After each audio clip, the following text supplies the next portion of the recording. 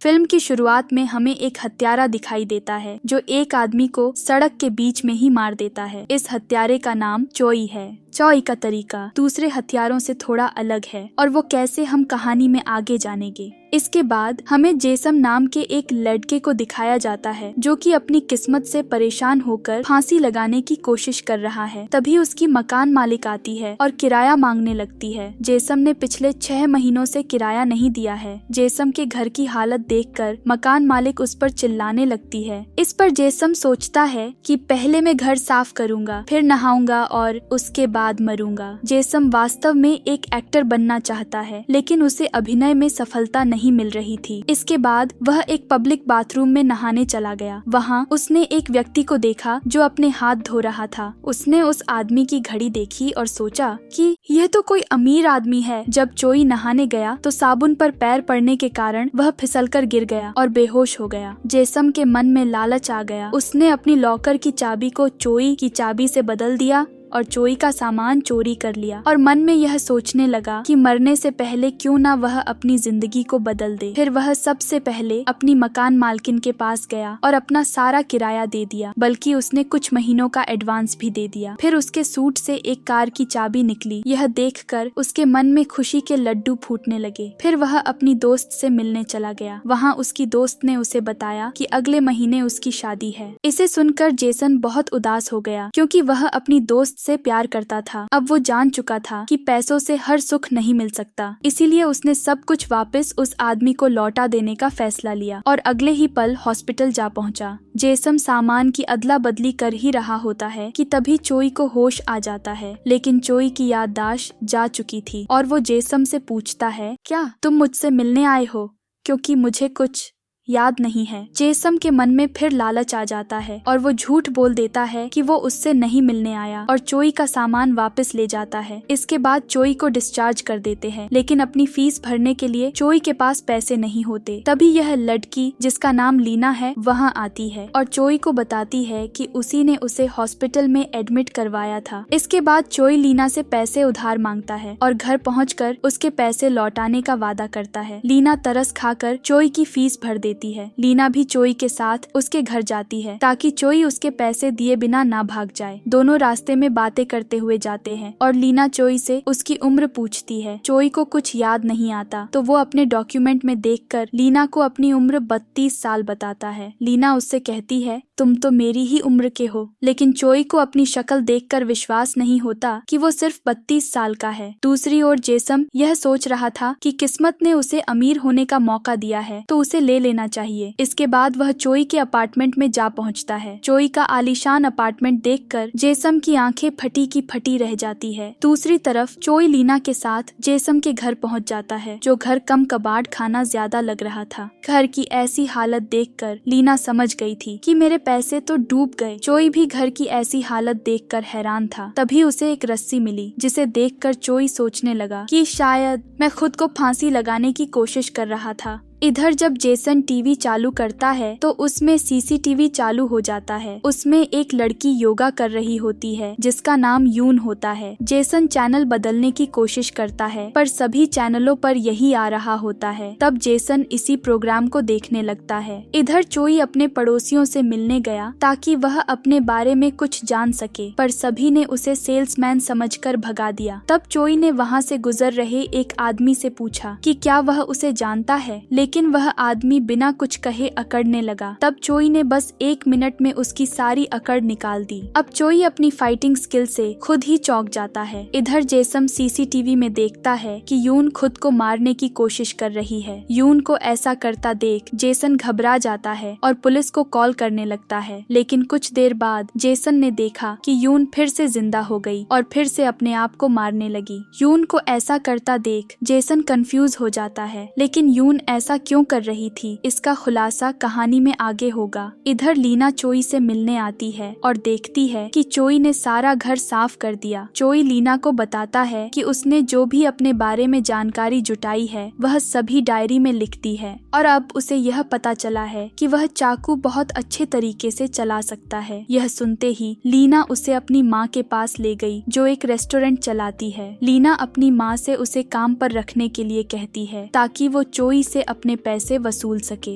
इधर जब जेसन ने घर में छानबीन की तो उसे बहुत सारे पैसे मिले। इसके बाद उसने अंधाधुन पैसे खर्च करना शुरू कर दिया। फिर वहीं जेसन को एक गुप्त कमरा मिला जिसमें तरह तरह के हथियार और नकली आईडी और पासपोर्ट थे। वहाँ जेसन ने स्क्रीन पर यून को देखा। वहाँ उसने दीवार पर लिखे चोई के प्लान को पढ़ा, जिससे उसने गलत अंदाजा लगाया कि चोई एक पुलिस अधिकारी है और उसे इस लड़की की जान बचाने के लिए इस पर नजर रखने का काम सौंपा गया है। तब उसने सोचा कि चोई की तो याददाश्त चली गई है, अब मुझे ही इस लड़की की जान बचानी पड़ेगी। जेसन को यह भी पता चला कि लड़की इसी बिल्डिंग के किसी अपार्टमेंट में रहती है। तब उसने सभी अपार्टमेंट में जाकर जांच की, पर वह उसे नहीं ढूंढ पाया। फिर वह आया और सीसीटीवी में देखा कि लड़की फिर से गिर रही है और उसके गिरने की आवाज जेसन तक पहुंच रही थी। इससे वह समझ गया कि लड़की ऊपर वाले अपार्टमेंट में ही रहती है। फिर वह उससे मिलने गया ताकि उससे जान पहचान कर सके। दूसरी तरफ चोई रेस्टोरेंट में मुख्य शेफ बन चुका था। उसके बनाए गए खाने इतने अच्छे हैं कि कुछ ही दिनों में रेस्तरां के बाहर ग्राहकों की लाइन लग गई। उसी रात चोई ने कैलेंडर देखा और जाना कि कल उसे यंगसान स्टेशन पर पहुंचना है। इस पर उसने सोचा कि शायद वहां जाकर वह अपने बारे में कुछ नया जान सके। अगले दिन चोई तैयार होकर वहां पहुंच गया। वहां एक आदमी उसे एक फिल्म में काम करने के लिए अपने साथ ले गया, क्योंकि जेसन एक एक्टर था। अब एक्टिंग नहीं आने के कारण चोई वहां एकदम कबाड़ एक्टिंग कर रहा था, जिससे डायरेक्टर परेशान हो गया। इधर जेसन ने यून का पीछा किया और एक हॉस्पिटल में पहुंचा।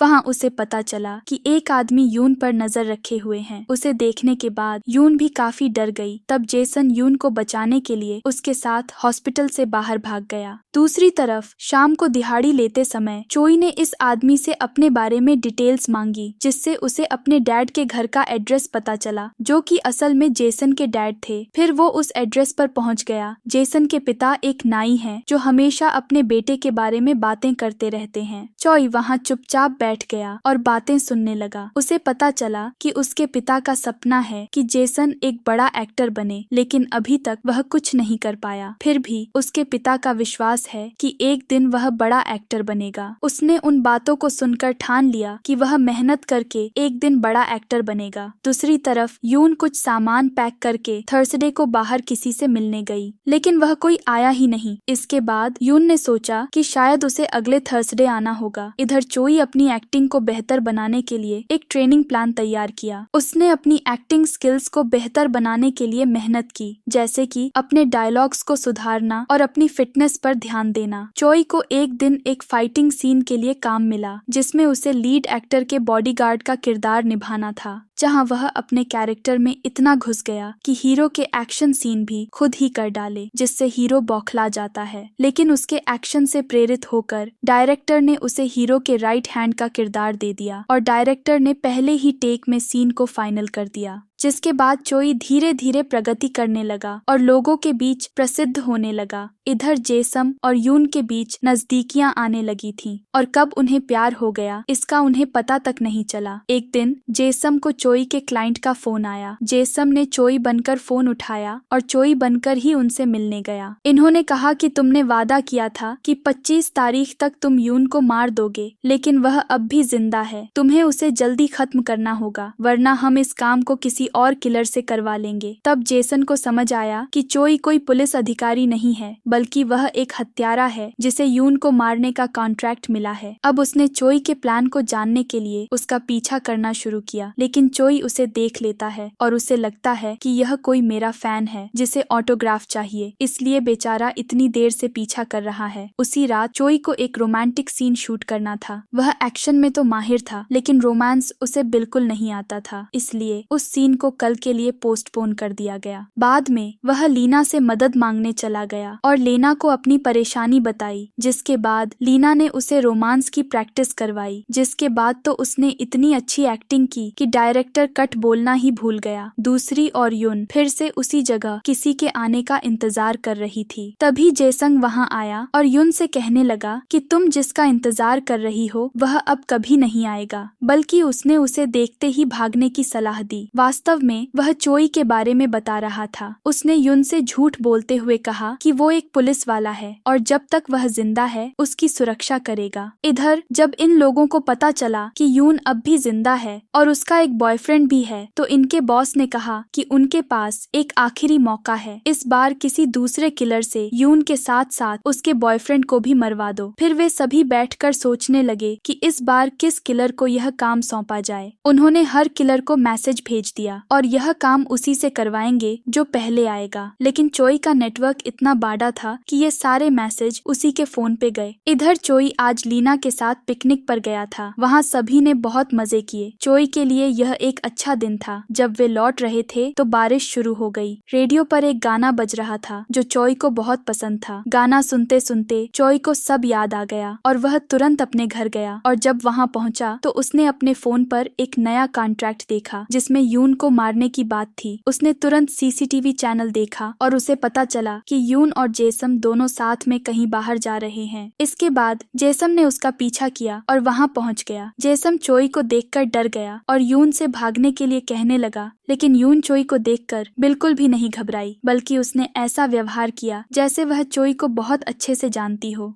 चोई ने यून को बताया कि उन लोगों ने अब तुम्हारे साथ साथ जेसन को मारने का भी कॉन्ट्रैक्ट दिया है, इसलिए अब तुम्हारी देश छोड़कर जाने में ही भलाई है। ये सब क्या हो रहा था जेसन के समझ के बाहर था। तब चोई उसे समझाता है कि मैं एक नाम मात्र का किलर हूँ। बेशक मैं लोगों को मारने की सुपारी लेता हूँ, पर मुझे जिस किसी को भी मारने की सुपारी मिलती है मैं उसे सब बता देता हूँ कि कुछ लोग तुम्हें मारना चाहते हैं और फेक मर्डर का नाटक करते हैं ताकि कॉन्ट्रैक्ट देने वाले को यकीन हो जाए कि उनका काम हो गया। चोई ने यून के साथ भी ऐसा ही किया और यून की सुरक्षा के लिए ही उस पे निगरानी रख रहा था। जहां यून रोज अपनी मौत को असली बनाने के लिए प्रैक्टिस करती थी, लेकिन चोई की याददाश्त जाने के कारण पूरा प्लान बिगड़ गया। इसके बाद चोई इन दोनों को बचाने के लिए एक और प्लान बनाता है। चोई कॉन्ट्रैक्ट देने वालों को कॉल करके बताता है कि कल तुम्हारा काम हो जाएगा। फिर चोई ने दोनों को समझाया कि कल उन्हें अपनी जान की खातिर बहुत अच्छी एक्टिंग करनी पड़ेगी। अगर कल कोई भी गलती हुई तो वे लोग कोई और किलर हायर कर लेंगे। फिर चोई अपने घर लौटकर लीना से कहता है कि उसे अब एक्टिंग नहीं करनी, उसे सब कुछ याद आ गया है और इसलिए वह यहाँ से हमेशा के लिए जा रहा है। और जो तुम मेरे बारे में सोचती हो वह सब गलत है। चोई के मुंह से ये सुनकर लीना रोने लगी क्योंकि वो चोई को पसंद करने लगी थी, जिसके बाद वह नाराज होकर वहाँ से चली गई। तभी लीना ने देखा कि कल तक जो चोई गरीब था आज महंगी कार से जा रहा है। लीना को कुछ गड़बड़ महसूस हुई, इसलिए वह चोई का पीछा करने लगी। इधर कॉन्ट्रैक्टर्स यून की मौत का तमाशा देखने के लिए आ चुके थे। तभी जेसन यून को लेकर वहां आता है और उसे चाकू मार देता है। यून मरने की एक्टिंग करने लगती है। फिर चोई भी वहां आ जाता है और जेसन को मारने की एक्टिंग करने लगता है। दूसरी ओर कॉन्ट्रैक्टर्स खुश हो रहे थे कि यून के साथ साथ किलर्स भी आपस में लड़कर मर जाएंगे। सभी की एक्टिंग चल ही रही होती है कि तभी लीना वहां आ जाती है। इससे पहले लीना उनका प्लान खराब करे, चोई उसे साइड में ले जाके समझाता है और उसे वहां से जाने के लिए कहता है, लेकिन लीना कुछ समझने को ही तैयार नहीं थी। तभी चोई जेसन को इशारे में उसे चाकू मारने के लिए कहता है। जेसन के चाकू मारते ही चोई ने यून को इशारा किया और यून उन पर एक कंटेनर गिरा देती है जो कि नीचे से खुला था। ये सभी लोग खुश हो जाते हैं और इनमें से एक उनकी मौत की पुष्टि करने जाता है तो उसे यून की डेड बॉडी दिखी और जैसे ही वह कंटेनर के पास पहुंचा तो जेसन ने खून की नकली धार शुरू की, जिससे उसे यकीन हो गया कि ये लोग भी मर गए। उन सभी के चले जाने के बाद ये लोग कंटेनर से बाहर आते हैं और चोई लीना को सब कुछ बता देता है। तभी लीना को याद आता है कि आज चोई की मूवी का आखिरी शूट है। लीना तुरंत चोई को सेट पर ले जाती है जहाँ चोई अपनी दिल की बात लीना से कह देता है। लीना मान जाती है और चोई अपना पुराना काम छोड़कर लीना के साथ ही रहने लगता है और अब उसने एक्टिंग को ही अपना पेशा बना लिया था। जेसन ने भी अपने डैड की खातिर एक्टिंग करना शुरू कर दी। इसी के साथ मूवी यहीं खत्म होती है। आशा करती हूँ आपको वीडियो अच्छी लगी होगी। वीडियो को लाइक और चैनल को सब्सक्राइब करना न भूलें। धन्यवाद।